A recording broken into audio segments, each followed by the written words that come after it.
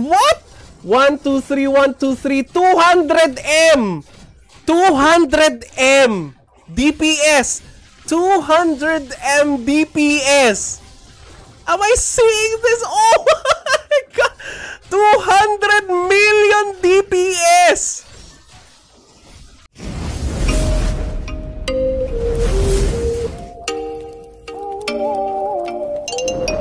Good morning, everybody. Welcome to Mortal Gaming. This is me again, Marvin, and we're now here for another video for Ragnarok Origin. And this time we're going to be talking about the mechanic. So this is the guide for the mechanic. First and foremost, thank you to Archikins for lending me his OP character, and we'll be discussing his build together with the builds that are recommended or the things that are recommended on the screen. There are 3 builds for the mechanic. The first one is the cart build, the second one is the FAW or the turret build, and the third one is the Madogear.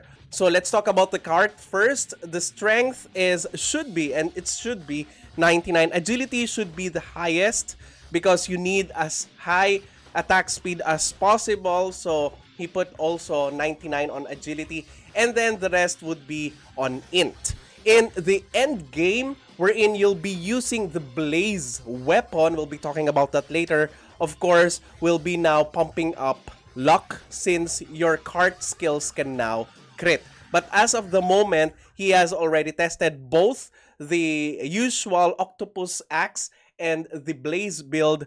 He still needs a little bit more increase in the nebula path so that he can make a good crit build for this character. But as of the moment, his all-around weapon would be the octopus axe. Okay, so that is for the stats of the card. For the Madogear build, of course, you may now opt to go for more vitality so that your character may be tankier in PvP, since you're only gonna use the Madogear build on PvP most of the times. I would not recommend using cart build on PvP, although it would deal more damage to the enemy, maybe in large scale PvP, but on PvP general, it's still going to be Madogear because Madogear has more utility, has more use, and has more tankiness. So let's now talk about the skill builds. Okay, for the skill build, we have here, of course, we need this passive, the thermal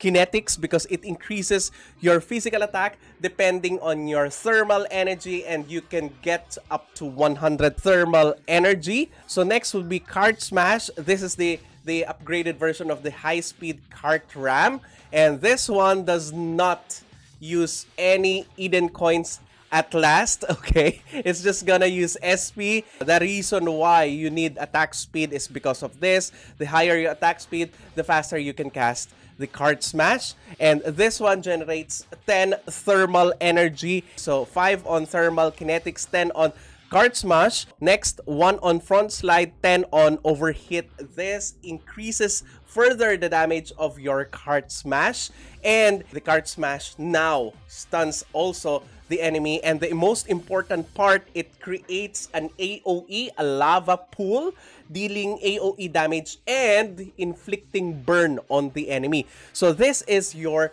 DOT damage over time. Aside from the AoE here, the Cart Smash damage is a lot. This is a huge burst. Okay, so after that, as you can see, he has put 10 skill points on the turret, since he is also using this build on the grinding, but the divine power is already on another level. So I would not suggest this. I would suggest for another build wherein you can put the FAW turret and the upgrade and the silver sniping on one build together with the axe boomerang, so that you can deal ranged damage and at the same time assist your turrets in killing the enemies around the area. Another one is overclock, because this one increases your physical damage and adds additional thermal energy, and you gain also thermal energy for 5 seconds. Impact landing is for you to get away from stun and from control effects. And last but not the least, the full throttle. This one is the combined buff of the mechanic, wherein it's one of the negative sides of being a blacksmith because you have a lot of things to buff. But now you have full throttle, so you don't have a problem with that anymore. Okay, for the manual, the overheat and overclock together with the turret and the cart smash and together with the front slide. All right, for the auto settings, I have put here overheat and overclock together with full throttle and magnetic field so that he can additionally gain 100 thermal energy faster, and then of course the cart smash. All right, so what happens when you gain 100 thermal energy? Your physical damage will have an additional boost. Okay, so that is for the build. So for the Madogear, we have here the Madogear license. This one increases your physical attack by up to 200% once you gain 50 thermal energy. Of course, the Madogear Delta, and this one, Knuckle Boost, this one is your ranged attack on PvP. This is main attack and together with the Vulcan arm. Alright, so this one is fixed fire damage while the Knuckle Boost is not, but it can also inflict burn. Alright, so the last here is the Flame Launcher. So the Flame Launcher is not only used for additional, AoE damage, continuous AoE damage, but this prevents you from exploding on your Madogear, because once you reach 100 thermal energy, you can explode on your Madogear and you have to activate it again. So in a way, that is good because once you explode on your Madogear, you deal damage, physical damage to the enemies around you. But if you don't want that to happen, you must clean out your thermal energy using the Flame Launcher, and it's gonna even add additional flame on stacks, and that would be useful on your Nebula path. Okay, we have here again Impact Landing to clear you from all of the control effects.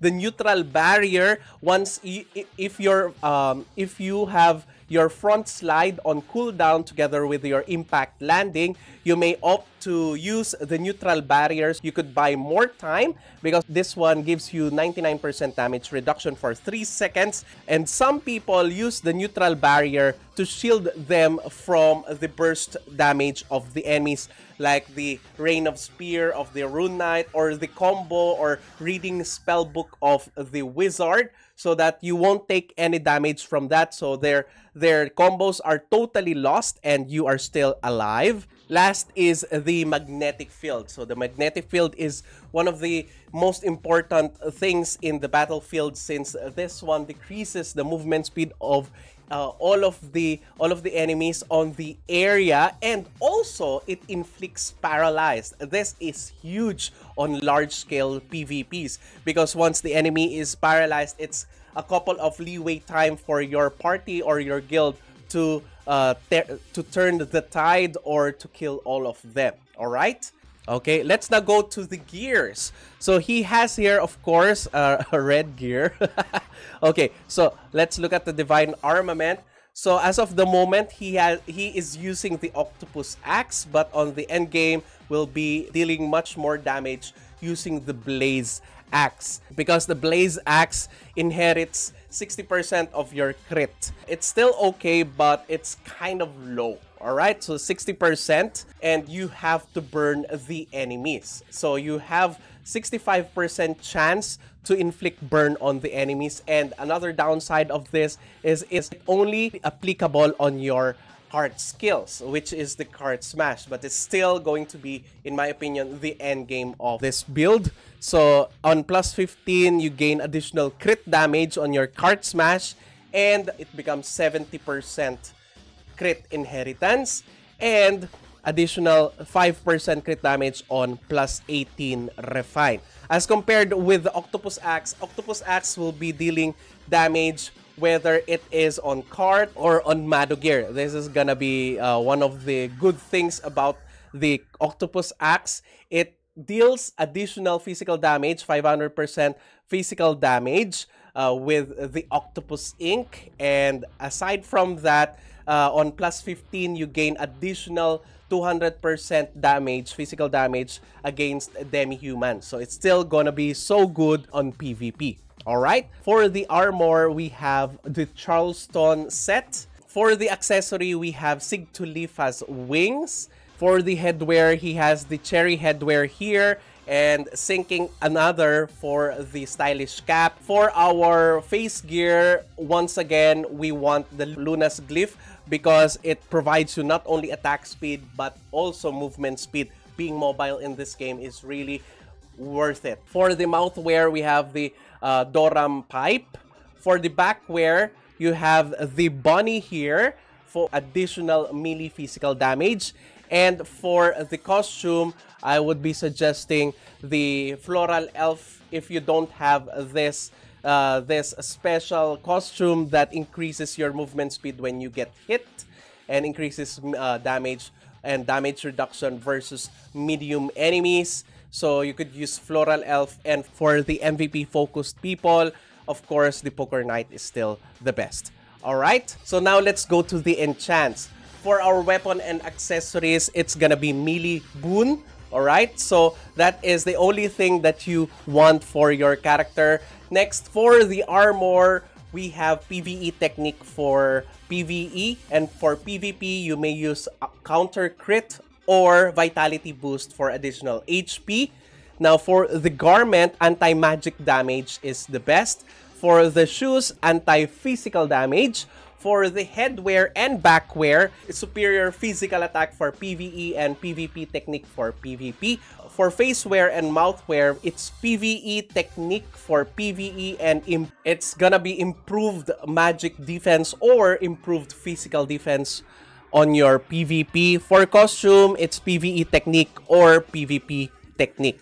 For the refines, of course, priority is your weapon, and then your accessories, and then your armor set. For the cards, I would recommend for weapon damage modification cards with a size, race, and element your priority in order.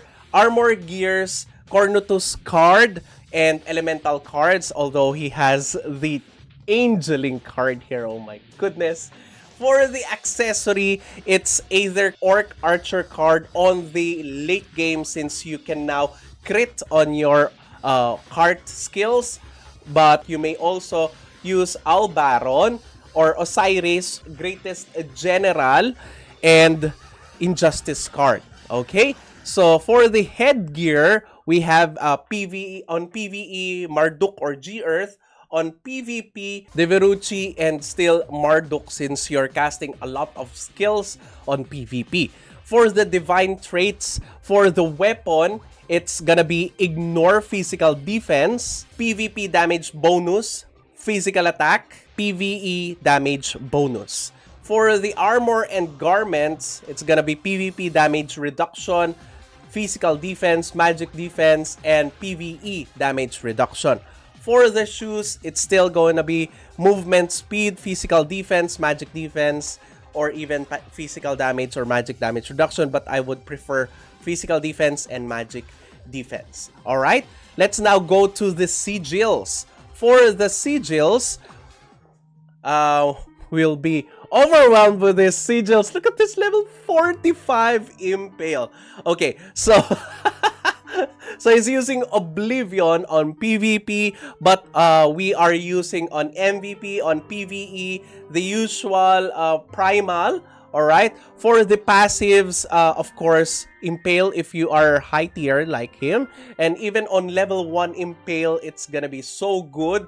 Next, on PvE, it's gonna be Meteor, Berserk, Immortal Body, and Starfall if you have that. But if you don't, it's okay. You may opt to use Chosen One too. For PvP, it's gonna be Endless Nightmare, Gate of Suffering, Immortal Body, and Swift Breakout. He used Floating Protection here, which is also good. Most people would be using the purple one. Alright? Now, let's go to the cogwheels. He is using Link Portal. Link Portal is one of the things that you would want for your character because it powers up your character by a lot. 18% increased damage is a lot, alright? And next will be, the next priority is the Earth Resonance module. This is gonna be so good on your cart build. For every 5 card skills you use, you cast Earth Resonance and deal 1,500 AoE attack. That has 20% chance to stun the targets. And last but not the least, the Fury Weapon. So, non-status fire damage increased by 20%.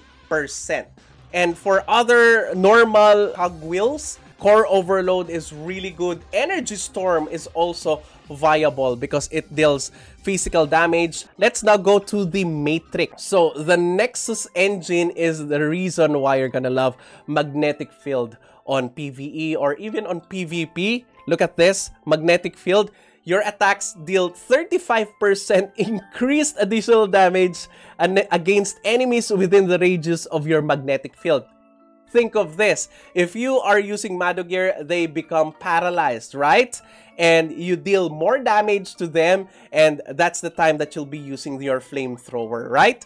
Next is Overheat. When Overheat is activated, you gain another 120% physical damage. All right. For PvP, of course, we are gonna be using Vulcan Arm. So it's gonna slow the enemies and deal additional 300% fire physical damage against enemies that are burning. So on PvP, you would also want the Impact Landing and the Neutral Barrier. All right. So these are all survivability cores that you're gonna use. Let's now test the damage. Oh my goodness. Okay, let's test it now. Okay, full throttle magnetic field. Card smash. Look at this. Okay, it's now gonna be 100. Boom, boom, boom. Overheat. There you go. Look at the damage. Wait, what? 1, 2, 3, 1, 2, 3, 200 M! 200 M! DPS! 200 M DPS! Am I seeing this? Oh my god! 200 million DPS! Oh my god! Oh, goodness. So that's it. Thank you everybody for watching. If you haven't subscribed to my channel, please subscribe. If you happen to like this video, please do leave a like.